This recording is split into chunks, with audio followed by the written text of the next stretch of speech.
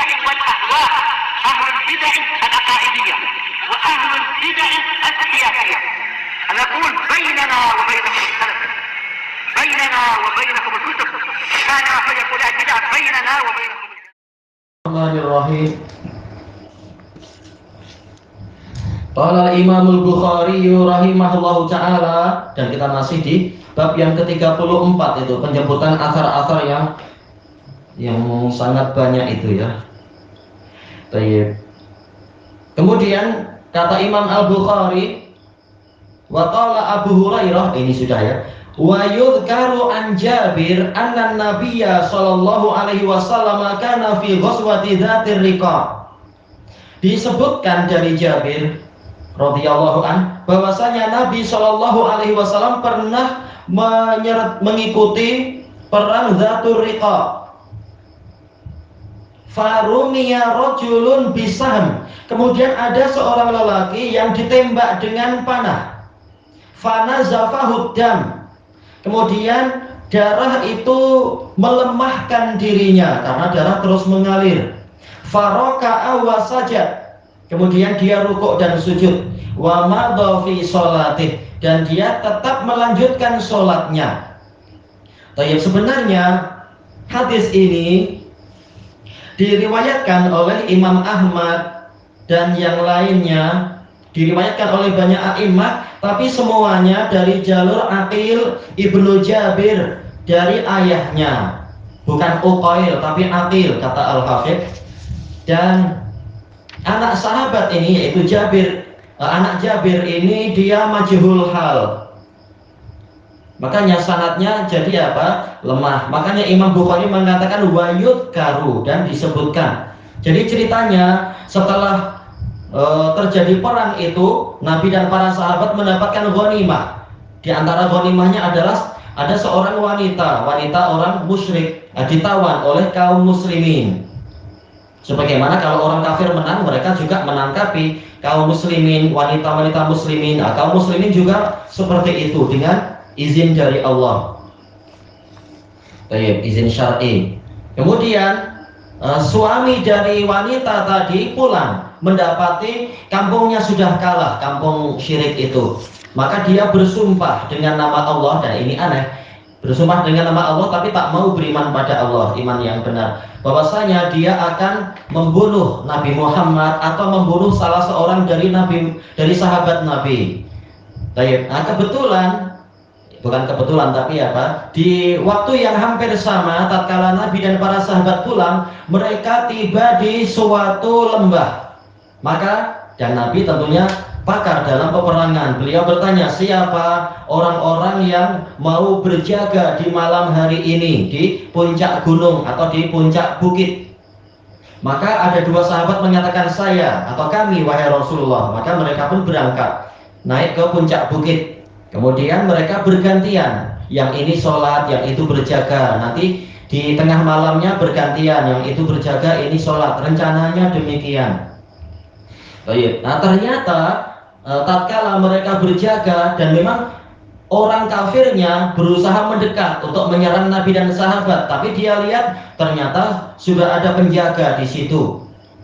Sementara dia lihat penjaganya sedang sholat, maka dia pun menembakkan panah kepada sahabat yang sedang sholat ini. Lalu sahabat ini mencabut panah itu, kemudian dia melanjutkan sholatnya. Kemudian ditembak lagi. Lalu sahabat ini melepaskan panah yang kedua, sholat lagi. Nah, pada tembakan yang ketiga, dia melepaskan panah itu, kemudian dia rukuk sujud sampai selesai. Kemudian dia membangunkan sahabat yang tidur, mengatakan, bangunlah, ini giliranmu, badan saya sudah lemah. Tatkala sahabat ini lihat, ternyata temannya sudah berdarah-darah. Ya, 3 anak panah, 1 aja boleh mati kalau kena bagian yang mematikan dengan seizin Allah. Maka sahabat yang baru bangun menyatakan, subhanallah, kenapa engkau tadi masih melanjutkan sholat dan tidak membangunkan saya? Maka sahabat yang ini mengatakan, saya tadi sedang membaca suatu yaitu beberapa ayat dalam Quran, saya enggan untuk menghentikannya. Dan dia mengatakan, demi Allah, kalau bukan karena nanti ada tuduhan-tuduhan, gelaran-gelaran, niscaya saya akan melanjutkan sholat saya sampai saya mati. Saya lebih suka mati di perbatasan ini daripada pulang nanti mendapatkan gelaran sebagai pengawas kaum muslimin atau pengintai kaum muslimin, Rabi'atul Qaum istilahnya. Sayangnya apa? Sanadnya dhaif. Tetapi diriwayatkan, yaitu sebagian masyayikh mengatakan boleh dihasankan karena ada penguat yang lain. Hanya saja kita lihat penguat ini di dalam sanadnya ada kelemahan. Anak memeriksa penguatnya itu di dalam sanadnya ada siapa itu? Al-Waqidi, namanya Muhammad, dan dia itu matruk, dihukumi matruk oleh banyak para a'immah sehingga tidak kuat. Nah, dalam riwayat Al-Waqidi disebutkan sahabatnya itu yang satu muhajirin, yang satu ansor, Abbad bin Bishr, yang satu adalah Abbad bin Bishr. Dan Al-Quran yang tengah dibaca di malam itu adalah surat Al-Kahfi. Tapi sayangnya sanadnya yang satu lemah, yang satu sangat lemah sehingga tidak mungkin untuk saling menguatkan. Makanya Imam Bukhari di sini menggunakan lafaz yudkaru, disebutkan. Hanya saja sisi pendalilannya seandainya hadis tadi sahih adalah yaitu bahwasanya keluarnya darah ini tidak membatalkan wudhu. Buktinya apa? Para sahabat yang tadi tetap melanjutkan sholatnya. Baik. Kemudian yang berikutnya lagi, mana nih? Waqala Al-Hasan. Ini asar kedua. Asar pertama sudah kita lewati. Asar kedua dari Al-Hasan, mazalal muslimuna yusalluna fi jirahatihim. Terus menerus kaum muslimin itu sholat di dalam luka mereka, yaitu mereka tidak memandang luka itu membatalkan sholat, keluarnya darah itu membatalkan sholat. Sementara Al-Hasan menjumpai para sahabat banyak sekali dan juga kibarut tabi'in. Al-Hasan kibarut tabi'in juga. Dan asar ini diriwayatkan oleh Ibnu Abi Syaibah di dalam musannaf beliau dengan sanad yang sahih. Pendalilannya apa? Al-Hasan menjadi saksi bahwasanya para sahabat walaupun mereka terluka dan darah itu keluar, tentunya lukanya bukan sekedar luka kecil-kecil, tapi luka dalam peperangan, luka yang besar, tentunya darah yang keluar juga banyak. Tapi tetap saja mereka melanjutkan sholat mereka dan tidak menilai itu sebagai pembatal sholat. Memang ini khilaf, ini semua diperselisihkan oleh para ulama. Tetapi kesimpulannya memang dia tidak membatalkan sholat karena tidak membatalkan wudhu, karena tidak ada satupun dalil dari Quran wa Sunnah yang mendukung batalnya wudhu dengan sebab keluarnya darah. Baik. Adapun jumhur ulama mengatakan darah itu najis. Kalau keluar berarti seperti najis yang keluar dari badan kita dan itu membatalkan sholat dan membatalkan wudhu. Padahal darah tadi keluar dari mana? Keluar dari atas. Dan yang menguatkan pendapat Imam Bukhari, pendapat Al-Hasan dan lain-lain adalah wanita yang mengalami istihadah. Bukan darah haid, tapi apa? Darah biasa.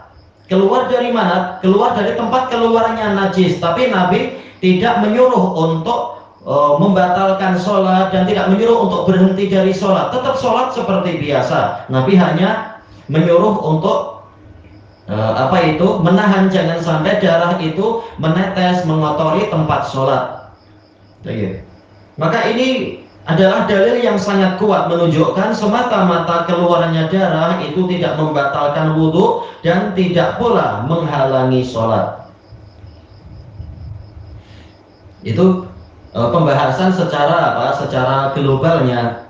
Walaupun ini boleh jadi akan bertentangan terkait dengan istihadah tadi. Ini bertentangan dengan pembahasan yang telah lalu bahwasanya keluarnya sesuatu dari dubur atau kubul ini akan membatalkan wudhu secara ijma. Lalu bagaimana dengan istihadah? Bukankah dia itu keluar dari situ? Nah, di sini ada keringanan dari Allah Ta'ala dan Rasulnya. Walaupun sebenarnya keluarnya sesuatu dari dubur atau kubul, terserah mau darah atau yang lainnya, ini membatalkan wudhu, berarti membatalkan sholat juga. Tetapi istihadah ini penyakit. Sementara penyakit itu akan diberi keringanan, sebagaimana salasilul baul, kencing yang terus-menerus menetes, maka diberi keringanan, boleh untuk melanjutkan sholat dan sebagainya. Demikian pula salasilul rih, yaitu kentut yang terus menerus. Maka ini terkait dengan penyakit. Tapi asal darah sendiri sebagai pembatal wudhu, keluarnya darah sebagai pembatal wudhu atau pembatal sholat, ini tak ada dalil yang sahih dan sharih tentang masalah ini. Dan inilah yang dirajihkan oleh Imam Bukhari. Kemudian yang berikutnya disebutkan di sini, wa qala Tawus wa Muhammad ibn Ali wa Atha wa ahlul Hijaz laisa fid dami wudu. Tidak ada kewajiban wudu pada darah yang keluar. Asar Tawus ini diriwayatkan oleh Imam Ibnu Abi Syaibah dan yang lain-lain dan sanadnya sahih bahwasanya keluarnya darah ini tidak membatalkan wudu. Tawus bin Kaisan al-Yamani. Beliau min kibari tabi'in, Abu Muhammad. Kemudian Muhammad bin Ali, asar dari Muhammad bin Ali ini diriwayatkan oleh siapa? Abdul Razak di dalam Musannaf beliau dan yang lain-lain. Asar ini sahih. Pertanyaan dari Al-A'mash bertanya kepada Muhammad bin Ali, Abu Ja'far Al-Baqir, Muhammad bin Ali bin Husain bin Ali bin Abi Thalib. Beliau ini Muhammad bin Ali min kibari tabi'in, siqatun faqih. Dikatakan Al-Baqir karena ia berqarul ilm, menggali ilmu. Baik, dan beliau juga berpendapat, bahkan beliau mengatakan walaupun darahnya itu menetes sebanyak apapun, maka yang seperti ini tidak membatalkan wudu. Ini fatwa yang sangat tegas dari Imam ini, Muhammad bin Ali Al-Baqir, Abu Ja'far Al-Baqir ini. Kemudian wa Atha, ini asar Atha ini berarti sudah muncul dua kali ya. Kali yang pertama yang beberapa malam yang lalu itu yang terkait dengan keluarnya apa itu cacing kan? Cacing atau kutu dari dubur atau kubul. Nah, ini dinukilkan oleh Imam Bukhari dengan pola yang lain dari Atha dengan pendapat yang sama bahwasanya keluarnya darah, kalau yang sebelumnya Atha membahas masalah keluarnya cacing atau kutu. Nah, Atha mengatakan keluarnya darah itu juga tidak membatalkan wudu. Ada dua riwayat dari Atha.